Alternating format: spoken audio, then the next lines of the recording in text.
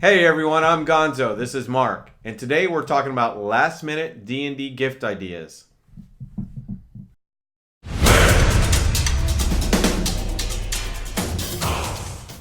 Mark, it is the season. It is the reason for the season. It is the reason for the season. Yeah, this is the time of year when you're trying to get gifts, scurrying around to get gift ideas for those loved ones on your list. It's kind of last minute because we're getting close to Christmas, and there's always those people that you can't figure out what to get. D&D players are probably some of the hardest to buy for. Yeah, they are. Not really. That's a lot of good. There's a lot of easy ways to. Nowadays, it's a lot easier than it used to be to find stuff for them. Back in the old days, I don't know what you did.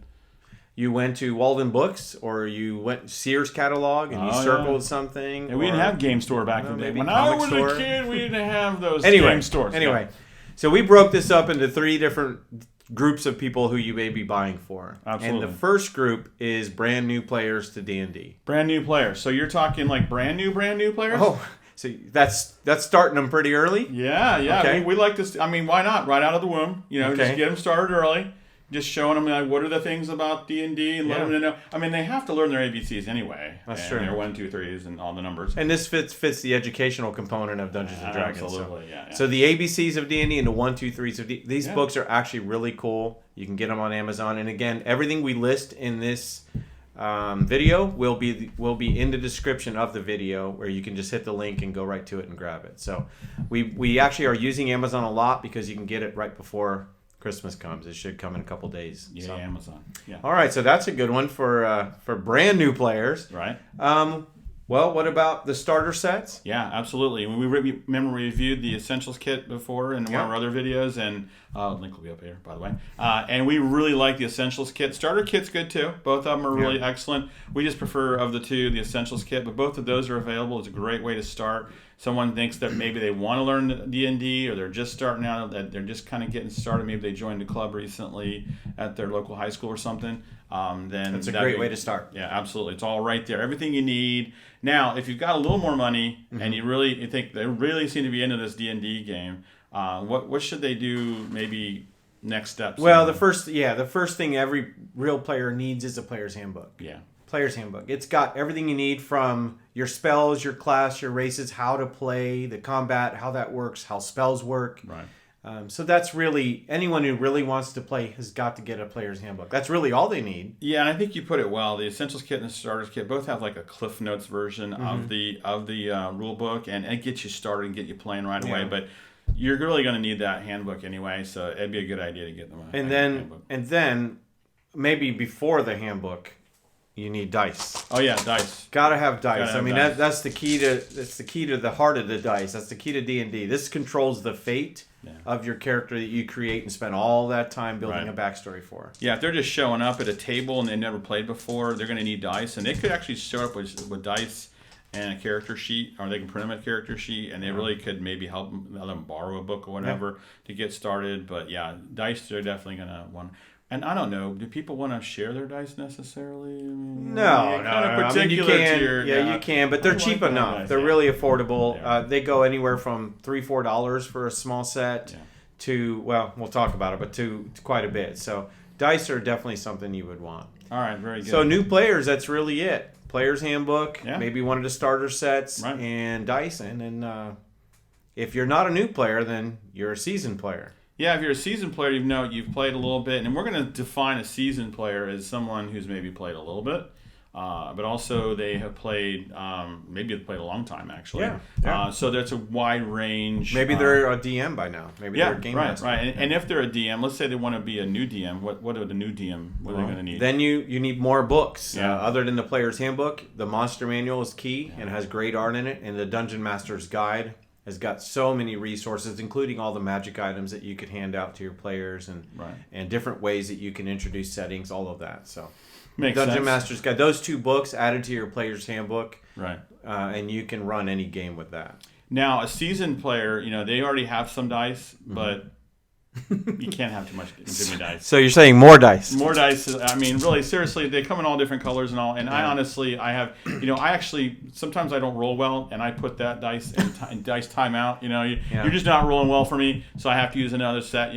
So really, I don't think any D&D player is going to say, "Oh, I already have too many dice." No, you can't have too many dice. And I think there's glow-in-the-dark dice. There's dice with different symbols on them. I even saw some dice that had like rubber duckies in them. That was like pretty sweet. Yeah, very nice. Yeah. Anyway, so pretty cool. Yeah. Maybe I saw them, maybe I didn't. Anyway, so that's the thing. So what else? Like dice towers? Seasoned players, yeah. At that point, you're looking for dice towers that you could drop your dice and they roll into a little thing, or a dice roller, a little container so they don't go all over the table. You in these little bags. Little dice bag. Yeah. So those are good. And then another thing would be you actually start working on your figures at that point. Yeah. Your WizKid provides these great figures that you can buy. These are we've talked about them before, but they're already primed. Yeah. So you just paint them whatever color you want. You actually can pick your character that you're making, and decide what they're wearing and all that. And honestly, if let's say they already have a beholder, I mean, if you give them another beholder, that's not a bad thing. And your players are in trouble, but if you brought in the game, they might have more than one beholder. So you really can't have too many of any one individual figure either. So don't feel like they might already have these.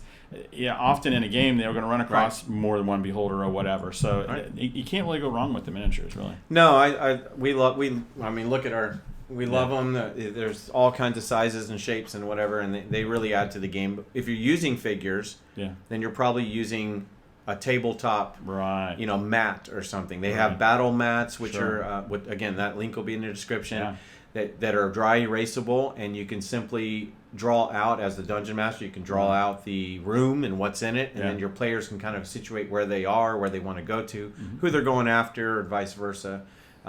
So there's battle mats. There's also tiles. Yeah, there's nice tile systems that they have. Yeah. You just whip out. There's some are just dungeon tiles that look like the bottom of a dungeon, and they have dry erase. You draw stuff on them. They're just really handy to have. So, and really, when we talk about seasoned players, they may have some stuff, but what you're doing is you're adding stuff to them to kind of make their life easier as a DM, and enhancing the game, but also making their life easier. Right. It's a lot of work to draw out a big map and make map chart paper and all that. With the tile system and a mat, even to draw on a dry erase, that goes a lot quicker, and you can draw it out real fast or whatever. So you're making it easier for them. So that's not a bad thing. So there's new players, there's seasoned players, and then that leaves people like us. Before we get that, books. Oh, that's true. Seasoned players. Yeah, they have more books. And again, we're maybe referring to those who are willing to go into dungeon mastering. Sure. At that point, you want to get yourself an adventure book, maybe a pre-made adventure. There's quite a few. This is Curse of Strahd. We would suggest there's a few that we like. Mm-hmm. Curse of Strahd is definitely one of them. It's a great one if you're just starting out.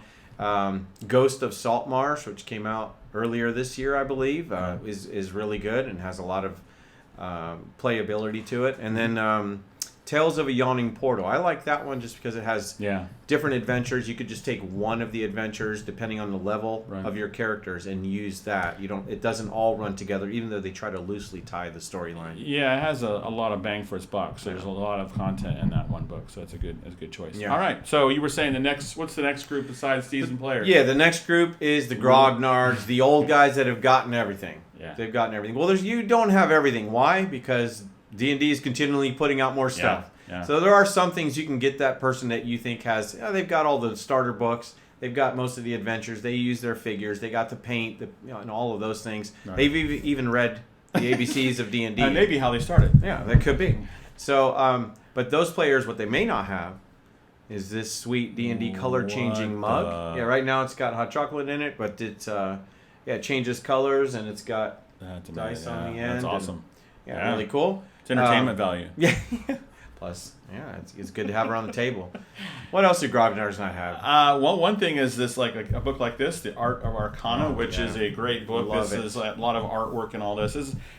This has the history of D&D as well as all the art and everything that went into from the beginning of D&D until the present. Mm-hmm. It's a great gift idea for Grognards especially, because a lot of them may not even have this. I doubt they do for the most part. And it's a great thing that's nice, all-encompassing.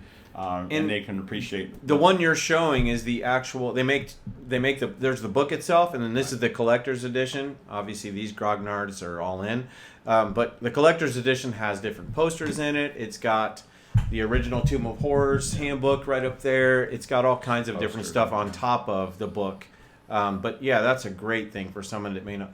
may not have it. Now, we use the word Grognard as just a nickname for old gamers. Yeah. I don't know where I've heard it, and maybe you can tell me in the comments. But it's because he's old, and I don't know where something. That's right. So that's my turn.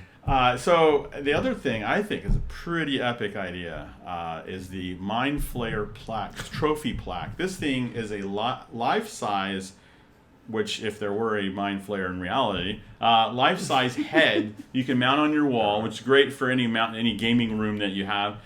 You mount that in there, and it looks like, we conquered the Mind Flayer. Mm-hmm. There's the evidence. Just like you might hang a stag head on the wall or something, a deer head or a moose head. It's Mind Flayer head. Mind Flayer head. So just make sure if you're buying this to put in your living room, make sure you check with your family or your spouse, your significant other, because they may not be as into it as you. I don't know why someone wouldn't want a Mind Flayer. I have no idea. In your living room, Yeah. but I think it'd be it good is possible. Your living room would look great. I mean, it's like as soon as happen. people come in, walk in, there's our Mind Flayer. Yeah, that won't happen. I think that'd be a good idea. All right. Awesome. So what else can people buy for that? Well, Grognards if they've got everything. I mean, if they even have the color changing mug, they've got Art and Arcana, and they've got the Mind Flayer hanging in their living room, the Mind Flayer plaque.